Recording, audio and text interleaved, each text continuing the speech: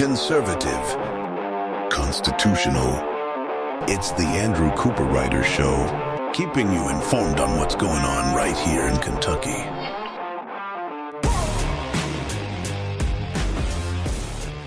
And welcome, everybody, to another amazing day right here on the Andrew Cooperrider Show. On today's show, we'll be digging into the Democrats in the central Kentucky area stage an interesting protest/event where they supposedly invited Andy Barr to an event, and then they held an event with like 1,000 people there, but he didn't show, to generate some pretty misleading headlines.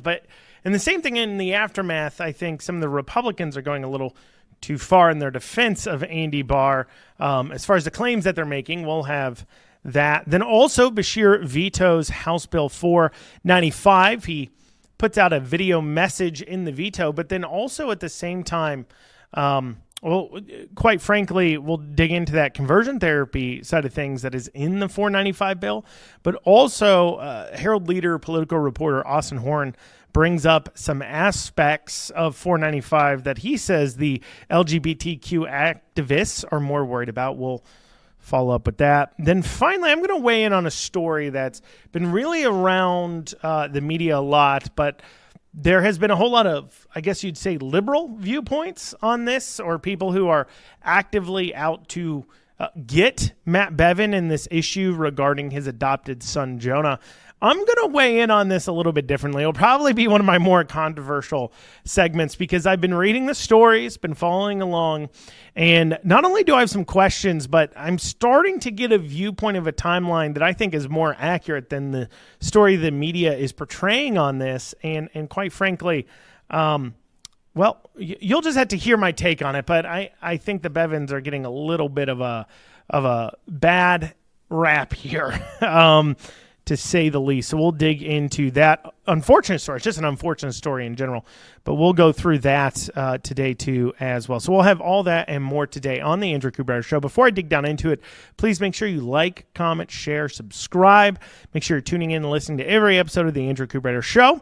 If you're watching this on social media, whether that's like Twitter or Facebook, if you want to listen to it in a more convenient format, you can head over to theandrewshow.com/listen and check out all the other places you can tune into the Andrew Cooperrider Show podcast format. Same thing goes for you all listening on the radio or TV. You can head over to theandrewshow.com, hit the Listen Now tab, and see all the other places where you can tune in case you will miss a bit. You want to listen to old episodes, you have that ability there. But without further ado, let's dig down into it. So Andy Barr had got a little flack, I guess, in the headlines. So as I understand, the Democrats put on an event that he was supposed to show up to. I guess they invited him, and he never even responded to it, but they still billed the event as Andy Barr was going to show up to it. Now, understand, the Democrats around the nation have been targeting Republicans at their town halls. What they've realized is when they couldn't get, 1 million women or 600,000 men and women to march in Washington with Trump's next go-around, that their attacks need to be a little bit more local. And so they decided to kind of ramp up their local machines in order to draw people in. Now, Andy Barr says that this event was funded and people are paid to be there. I don't know if that's true or not. What goes on with, I believe, the liberal activist sides of things that needs to be talked about more isn't as much that they're paying people to show up at things. It's not that. It's that there is a lot of money behind the organization putting on these kinds of events, whether that's from Democrat donors kind of funneling money this way and that. I've said this before, the Democrat Party does a better job of working with their grassroots and allowing them to fund those groups to actually do things, direct funding into these groups to get things accomplished on the grassroots level that otherwise the parties themselves can't do. And so in this case, they're able to funnel that money into developing lists. Okay, so for an example, if you've ever filled out a change.org petition, your information then gets forwarded. Change.org is in part at least owned by George Soros, and then that data can be dispersed now. Those emails, those contacts info can be then dispersed out to these groups or used in Soros-funded organizations to drive then people to an event, to create the email list and things. So you got like Moms Demand Action. That's a gun control advocacy group. They get a lot of money from Democrat donors, but that in turn develops lists. And then when they have these events, they can send out pushes in that direction. Same with Kentuckians for the Commonwealth. That's another common Democrat grassroots group here in Kentucky, liberal group, and they're technically a nonprofit or whatever in some degrees. Some other degrees they have some political arms to them, but they can bring in that money and then use that money to build up contact lists, email lists, petition drives.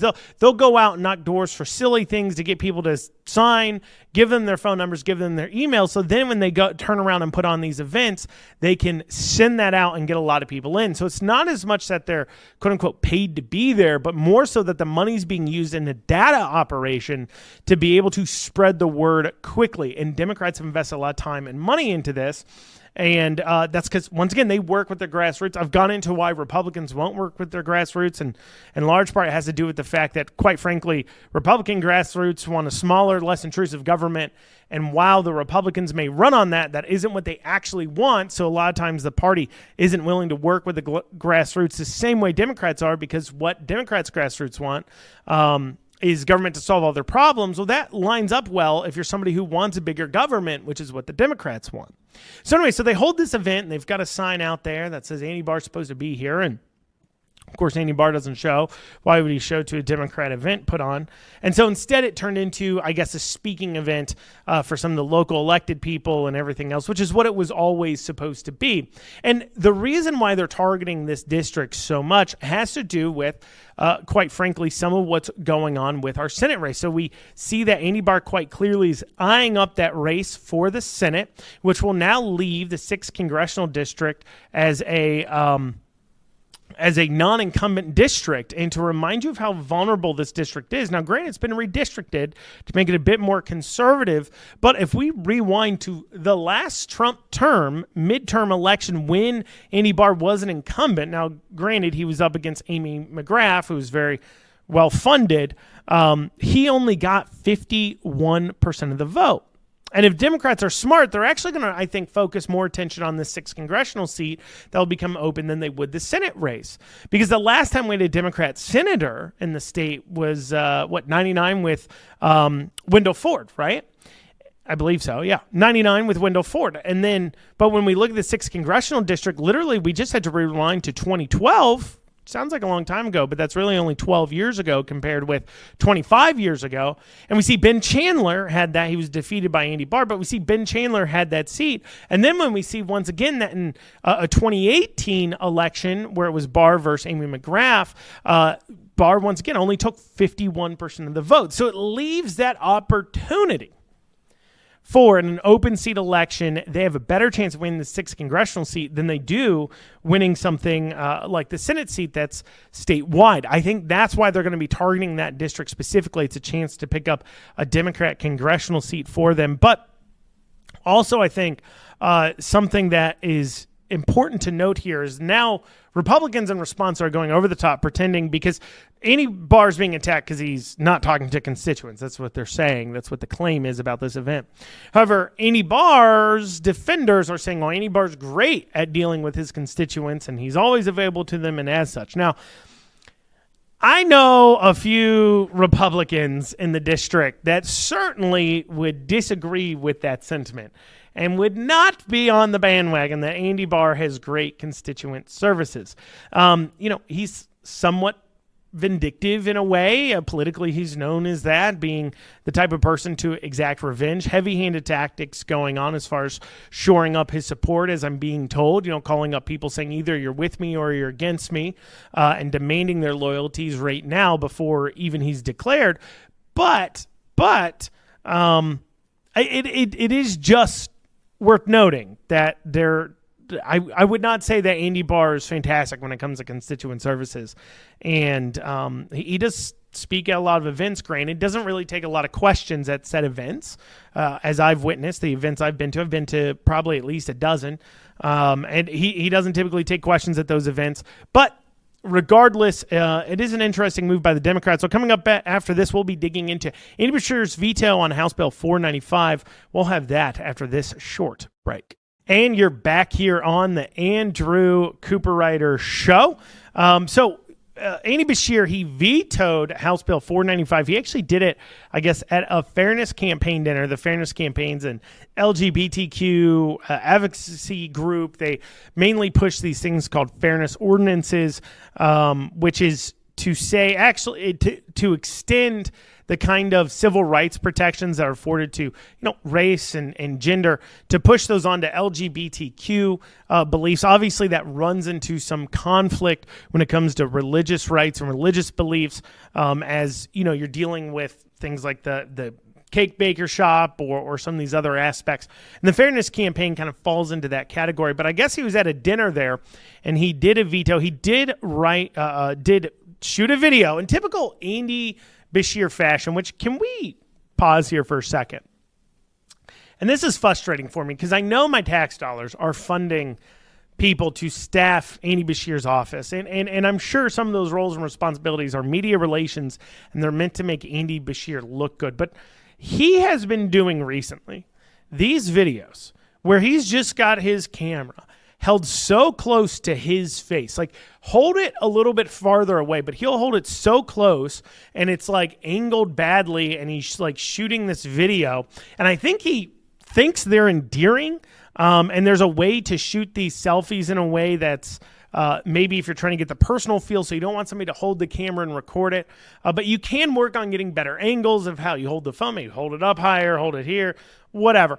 There's better ways to do this, the recording, and also too, to get a better quality camera. I don't know what phone he's using, but please get the man a better quality camera phone, or maybe he's just got too much grease over the lenses and things. He needs to clean the lenses, because they just are some of the worst quality videos. And I'm saying this as somebody who shoots videos. I record selfies. I've done it before, selfie videos.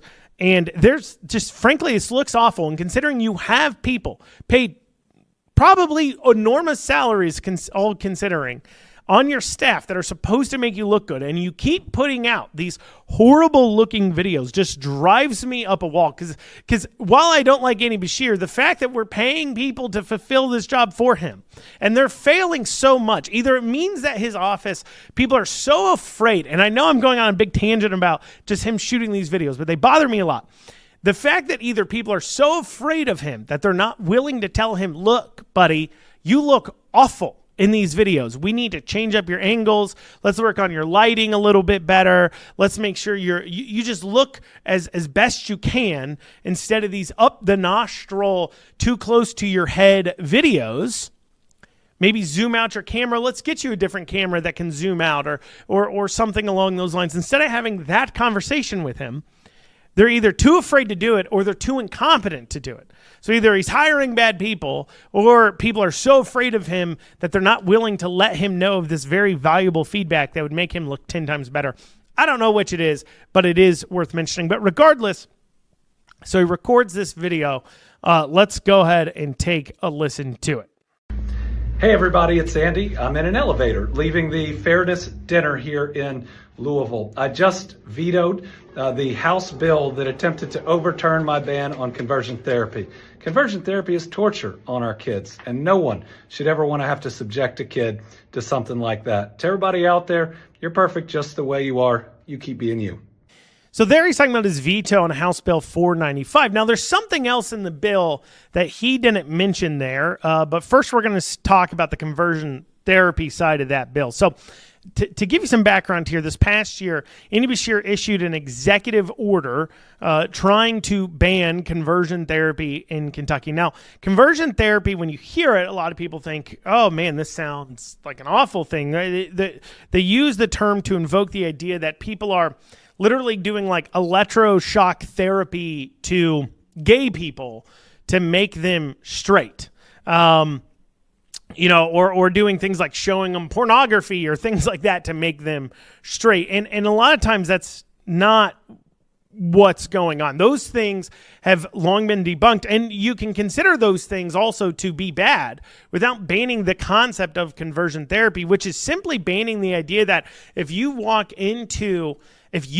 decide you want to walk into a therapist's office and you are somebody who's identified themselves as a homosexual before, and you come in saying, I don't want to be gay anymore, the therapist is not allowed to treat you for that.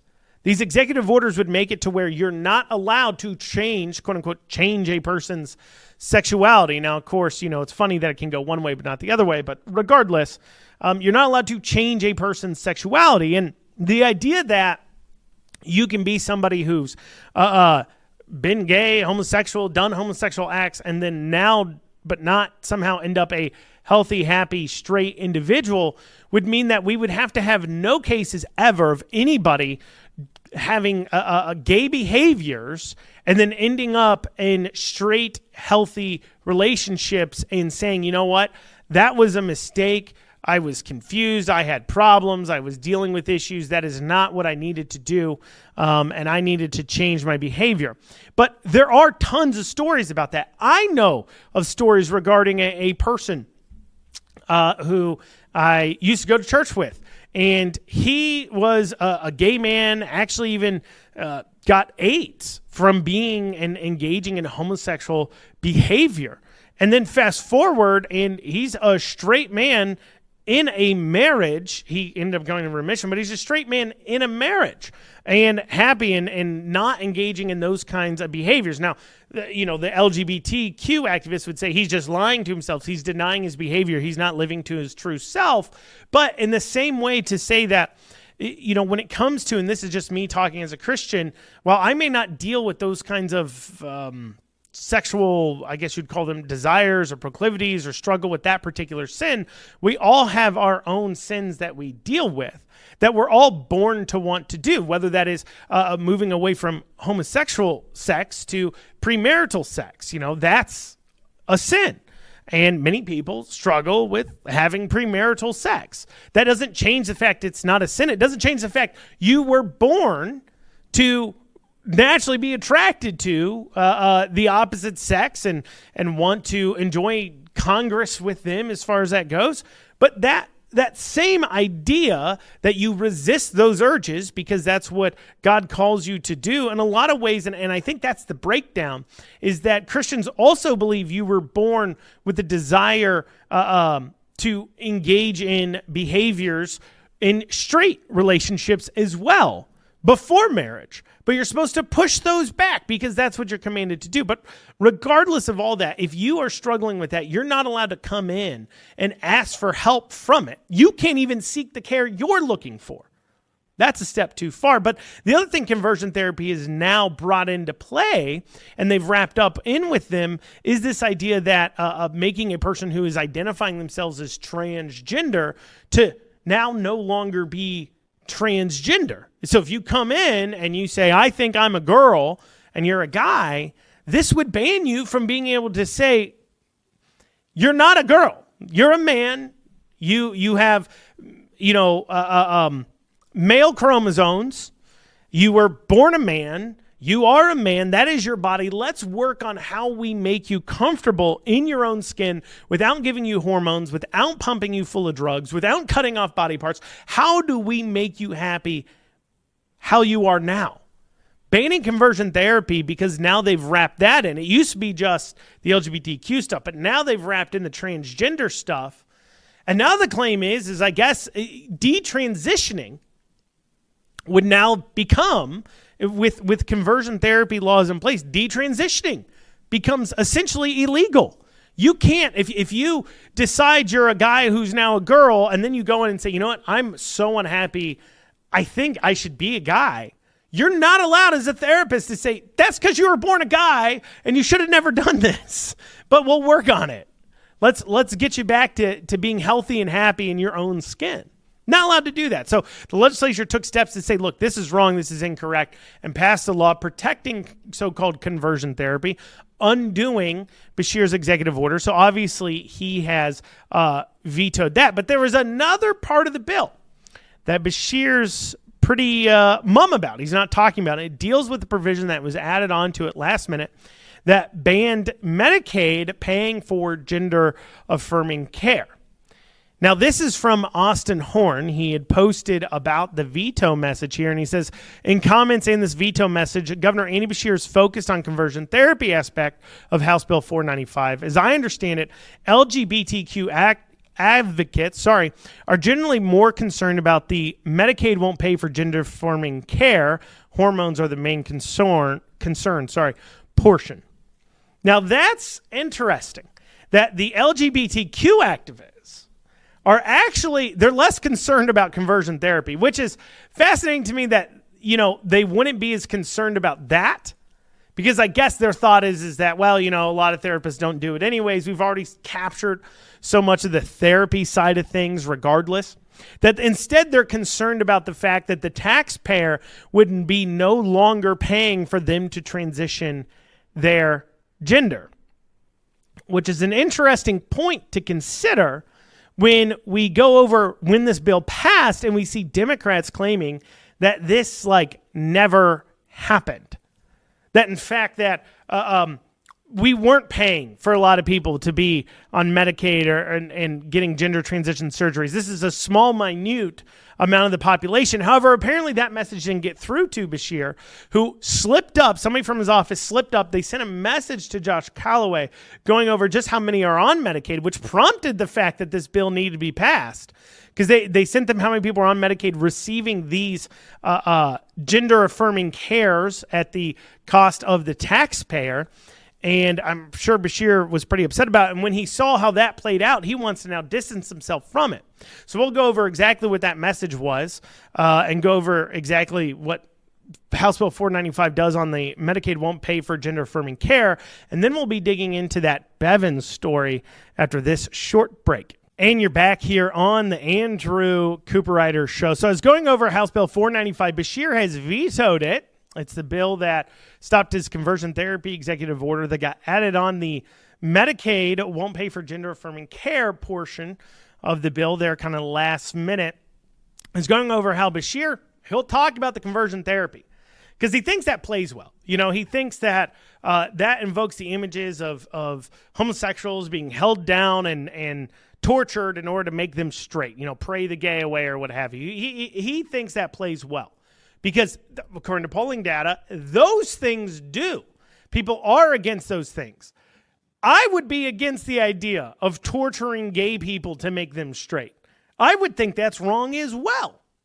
So, of course, that plays well. And listen, for all the foibles of Democrats, they do a great job of redefining things and preying on people to get them to support things that otherwise they wouldn't. And to cast and change and use words like conversion therapy or gender-affirming care and make them mean things that would be counterintuitive to what the general populace would think. But he's ignoring the Medicaid won't pay for gender-affirming care because obviously Beshear's eyeing up that presidential run, and he doesn't want to be on the record talking about the fact that he is, He's for taxpayers paying for the transitions of adults on Medicaid because we saw what happened. When we look back at the presidential election, we see that the most effective Trump ad by many polling data was the they-them ad where Trump was targeting Harris's support for transgender people being considered exactly the same as men or exactly the same as women, specifically too, in this whole men competing in women's sports. That plays really bad. And so this whole, not as much transgenders as a whole, but the idea of government, one, men playing against women in sports, that's a bad thing, but then also now taxpayers paying for gender transitioning. That is something that the American people take issue with. American people also take issue with transgender people serving in the military as well, because I think there is at the same time, I think the American people think, look, it's not my thing. I wouldn't cross-dress and chop off body parts and take hormones and all those other things, but you live your life, I guess. But I can acknowledge the fact that while you may say you're really a woman, I know you're a dude. So you're not going to, that's a mental illness, not super healthy. You know, the surgeries, those have cost to him. Obviously, you wouldn't be effective in the military in that way. Obviously, playing against women as a man in those sports, that's unfair. But otherwise, if I'm not paying for it, leave well enough alone. And Beshear doesn't want to be on the record supporting that, even though the LGBTQ activists and advocates are more worried about not having their drugs paid for because, of course, according to the Beshear campaign, there's between and this was according to a message he sent to Josh Callaway's his administration did when he offered this as a standalone bill. They said the fiscal impact of this would affect 10 to 15,000 Medicaid recipients, meaning the taxpayers were paying for the gender transitioning of 10 to 15,000 Kentuckians. And those are 10 to 15,000 people now that the LGBTQ advocates, and many of them probably fall into that category, well, they won't be getting their cross-sex drugs paid for anymore, and they're pretty upset about that. So that is certainly interesting, just that Beshear's veering so far away from that. It just goes to show, too, how much this whole trans thing has become a weight around the neck of Democrats. Well, moving on now, I want to talk about Matt Bevin and his son, Jonah. So for those of you who are unaware, there's been this rigmarole going on. It all started when this Jamaican troubled child camp got shut down because they were abusing the children. And then Jonah, who was 17 at the time, was taken in by the Jamaican officials there, and the Bevins didn't come pick him up, and he ended up, turning 18 and going into a teen home and turning 18. Now he's an adult, kind of out there. But they never really picked him up or took care of him afterwards, and that created this story cycle where now we're getting into Jonah now suing the Bevins, claiming filing EPOs against them, trying to sue them, and trying to press charges against them for child abandonment. And it's interesting to take a look at how this story occurred, because you have this story happen regarding the Jamaican shutdown. One of the kids happens to be the governor's adopted son. Now, Matt Bevin has, I believe, a total of 8 children, and 4 of them are adopted children. And the 4 adopted children are all from Africa. And so what we've gotten from the media headlines, you just read the headlines, you read the comments, you just glance through the stories, but you don't really look deeper, is that the Bevins are no good, horrible people that were abusing this child. And of course that plays into the leftist thoughts that, they don't want to like Matt Bevin because he was a Republican governor, and they just don't like Republicans. So it plays in a lot of ways for them. However, I'm going to be the first person, I think, to really publicly give a different version of this story. I'll see some comments from people occasionally and be like, something's not adding up here. Something's fishy. Quietly, people have talked to me and been like, this is a really weird story when you start to read it. And there's a lot that is not adding up from the Jonah side of things and the claims being made. But nobody's really kind of fully, I guess, defended the Bevins. And I wouldn't say this is necessarily a defense, but I'm reading between the lines here, and I'm not seeing the same story everybody else is. So first, let's start off with this WHAS story. They were the first ones in the Louisville area to I guess, interview Jonah. Let's listen to this one part of the story. Let's go ahead and take a listen here. Adoptive father, did he threaten you? Yes, he has threatened me before. He said some interesting things to me, like I could take your life away, but not necessarily as in like, I'm going to kill you. It's more like I can ruin you.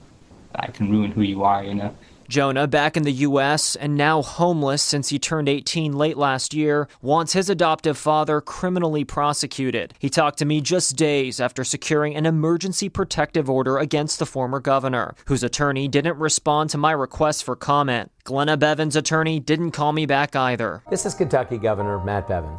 And I'm First Lady Glenna Bevin. Matt Bevin and his wife frequently feature Jonah and their 3 other adopted Ethiopian kids in the public eye. And just because it's always fun to do, damn the man.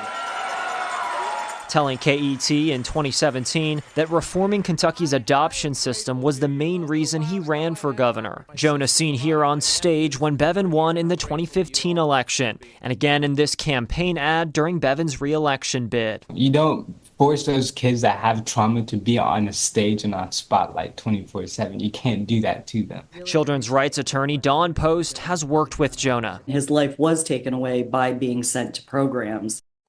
So in that section, he says that Bevin hasn't threatened him physically.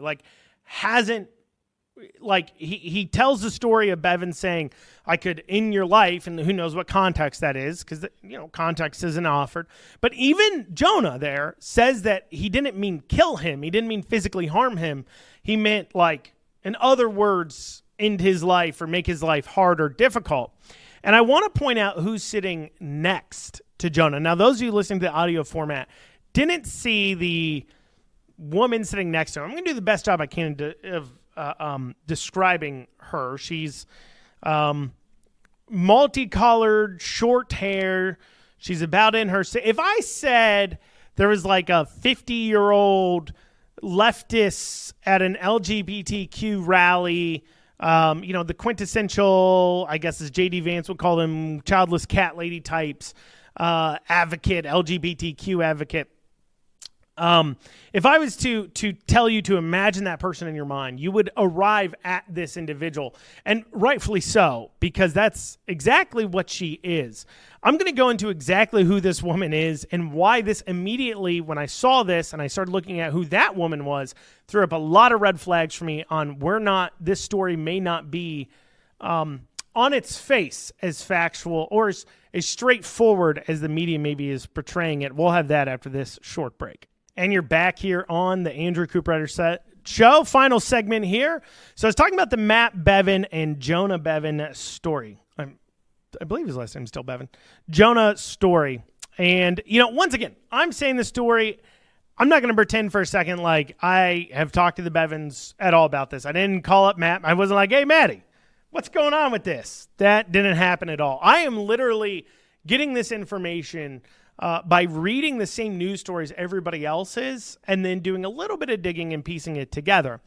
Now, granted, I used to do sales. And in a prior world, I was a pretty accomplished salesman, sales manager.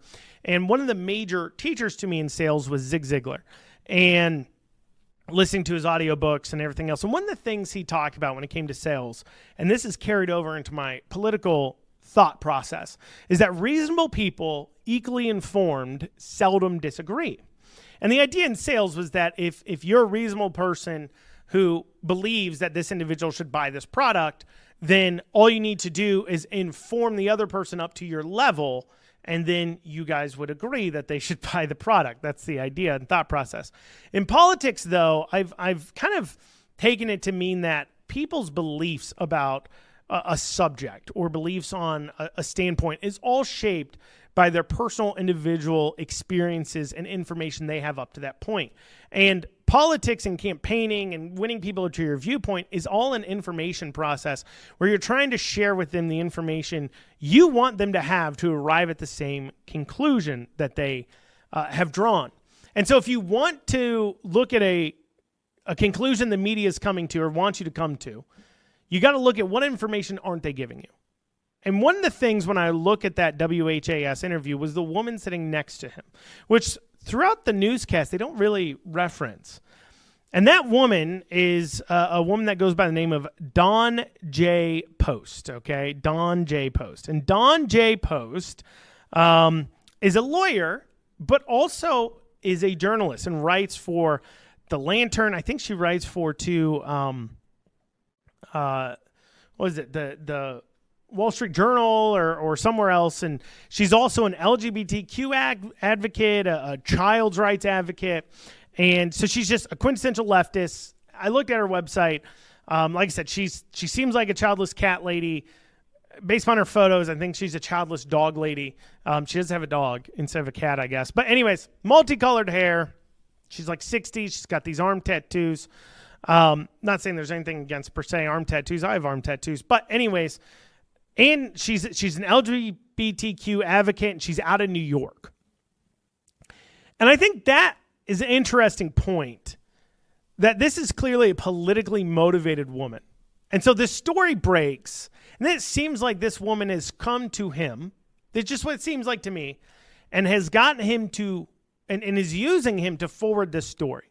Because even in that newscast we listened to in the last segment, we hear Jonah say that Matt Bevin hasn't physically harmed him.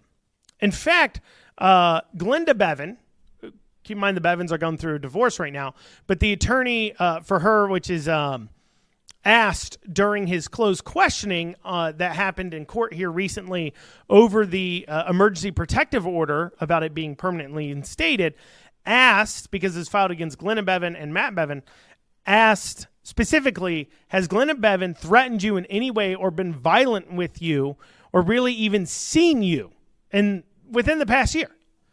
And the teen replied she had not. So we have him in that newscast saying that Bevin hasn't physically threatened him at all. And we have him admitting on the stand that Glenda Bevin also hasn't threatened him at all. So it leads to the question of why was this EPO filed for, or more importantly, why was it even granted in the first place if this wasn't political? Because nobody in here, Jonah's not even alleging physical harm. Now, Matt Bevin went on to represent himself. Of course, the leftists claim that it's because he's a narcissist or whatever, or this is awful or horrible. Everybody has a right to defend themselves. And in this case, for this particular hearing, Bevin uses lawyers elsewhere. I'm sure it was just, hey, look, I can ask these questions. I know this information better than anybody else. This is a quick case. Having to brief a lawyer to get him up to speed on this would be a little bit more difficult. I feel confident I can just ask him about this. So that seems reasonable. I mean, sometimes you would want to get an attorney, but if you feel pretty confident, I can tell you when it comes to a lot of different courts, family courts especially, people tend to represent themselves because it is just hard to get a lawyer to understand all the nooks and crannies. You got to remember, you have years of background information, and passing it on to an attorney can be pretty difficult. So Bevin represents himself and asked him a few questions too as well about what occurred, and it definitely seems that the kid even admits that he was a troubled kid, he was acting out, and he was badly behaved. Also, what came up in the court hearing was that Jonah was unfortunately sexually abused by a 17-year-old when he was 10. And he said he did not believe his adopted parents took enough action afterwards, which is an odd claim. I mean, it's awful that any of this ever happens, but it's an odd claim because he says he did see a therapist afterwards, but he didn't want to continue going to the therapist because he believed the therapist was relaying information he'd said in privacy to Matt and Glenda Bevin.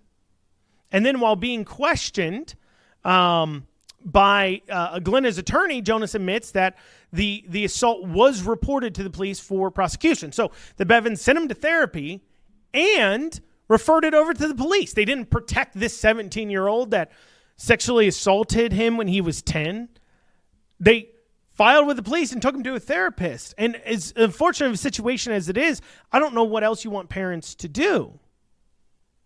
Then, as I said, you have the kid admit he was acting very badly, he was acting out, and there was an incident that occurred at the Bevins' home that resulted in him being arrested. They said a confrontation that resulted in Jonah Bevin being arrested, which is interesting to say the least. It definitely could indicate that it was a violent altercation to end up with a 13-year-old being arrested. And then after he was arrested for getting those confrontations, he was then sent away to these camps and everything else. So you have a kid who you adopted, and you didn't adopt him as a young child, as like a baby. He was older than a toddler, it looks like, when he was adopted. He was unfortunately sexually assaulted at 10, and now you have him getting into situations inside the home that are resulting in him being arrested, which indicates it could possibly be a physical altercation. Now, keep in mind, if you're the Bevins, you got 7 other kids, I believe, at home. Your wife is there too. If you're Matt Bevin, you got your wife and 7 other kids, and you have this 13-year-old child that is getting into confrontations resulting in arrests. What do you do for this child? You've tried therapists and he was refusing to go. You have him being arrested. You're trying to help him as best you can. Your only options here, and I'm saying I'm a parent. And I think a lot of parents in this situation, if you put yourselves in these situations like this one, you have an adopted child, you can't just return him. It's not like a dog you got at the pound that ends up being a biter or something. You can't return him. You've adopted this child. You need to take care of him. But you have to also worry about now the safety of the rest of your family potentially. So what do? They send him to behavior camps and schools that, are meant for children like this, to keep a watch on them, to check in their behavior, make sure they get their education. That's what they're supposed to do. Now, the Jamaican school that he ends up at, I'm sure they weren't telling him, hey, look, we're over here, we're waterboarding children, as Jonah claims that they were doing, and we're torturing children. I'm sure the Bevins weren't told that would be what would happen at these schools. I'm sure they weren't.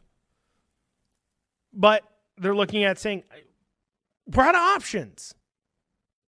What do we do here? So send the kid away to a school. Hopefully he gets better. He's not getting better. You send him to other ones because these are your choices. And now the place gets shut down and you have this 17-year-old kid that obviously was going through issues as a child, that something was going on to lead to him needing to be adopted, whether he didn't have family around him in an orphanage. I don't know the full backstory. You have an unfortunate sexual assault at 10.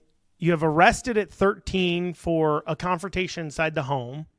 Now you have him getting, abused at a camp that didn't tell you this would be what would be going on. And he's now 17, months away from being 18, and you're going through a divorce with your wife. What do you do with the child?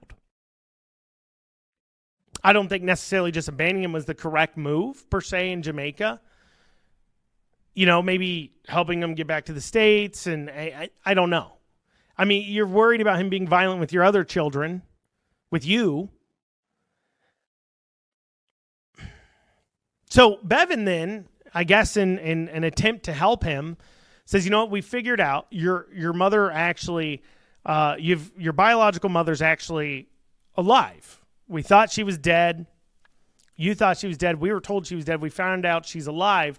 I would love to send you back to Africa to meet her. And you have to think, as a parent, as a person in the situation, nothing else has worked. This kid's had an awful, horrible life. You've done the best you can, in your mind at least. Maybe, backseat quarterbacking, you could say, no, you could have done this better. But you've done the best you can in your mind. You think, well, maybe meeting your biological mother will help. Maybe having that conversation. Asking her why you were left in an orphanage because she didn't die, it would seem. So I'll pay for you to go there. And then he was advised then by an individual. He says, I believe it was this Jay Post, when this reach out happened, that she didn't like this situation. He wasn't given enough information, so he turned it down. And so Matt Bevin responded by saying, well, you've just given up your only chance to meet your biological mother. Now, Bevin says he's going to provide the communications on this side of things to the courts so they can see exactly how this whole trip to Africa played out, because they're trying to cast it as if he was trying to maybe get rid of Jonah permanently, sending him away to Africa and getting rid of him so that way he would stop being a liability to the Bevins. I don't know. So what I do know is I look at this situation, and you know what, you could say I'm being too charitable, and I may either look like a Nostradamus savant when this all plays out and we find out that the side of the story is very much different. What played out is very much different than what Jonah and his activist lawyer friend is proposing. Or I could look absolutely ridiculous for defending a man who, not even a man, defending a family in a way, for saying, look, they were in some pretty hard situations here as far as trying to figure out what to do. I do say this probably plays into, you got to think, when we look back at Bevin's pardons, he issued some pardons to some people that really raised some eyebrows. And you wonder if this idea of him dealing with this frustration of the problems with his son and seeing that playing out and seeing what his future would hold plays into those pardons, where he was able to make some issues for some families go away at the stroke of a pen while he was dealing with his own issues that he was hoping he could solve with just a stroke of a pen. I do wonder, though, as we look at these people who supposedly care so much about Jonah, and as such, you know, this Don J. Post looks like a crazy leftist, seems like a crazy leftist, who's possibly using this as an opportunity to make it a political stance for her. It may be all about politics in order to get at the Republican governor dad, play it up, make him look bad, make Republicans look bad in Kentucky. And now it looks to me like poor Jonah is just getting used and manipulated by the left to attack Bevin when, you know, if a lot of these things occurred, you might say would be more healthy for him would be no contact. But instead, they're, in a way, kind of making him go through all this because they want to score political points. That's what it looks like to me. Let me know what you guys think. If you guys disagree with me, reach out. You can email me, info@theandrewshow.com, or comment on this video on social media. Let me know what you think. But y'all, that's what we got time for. Hope you have a great rest of your day.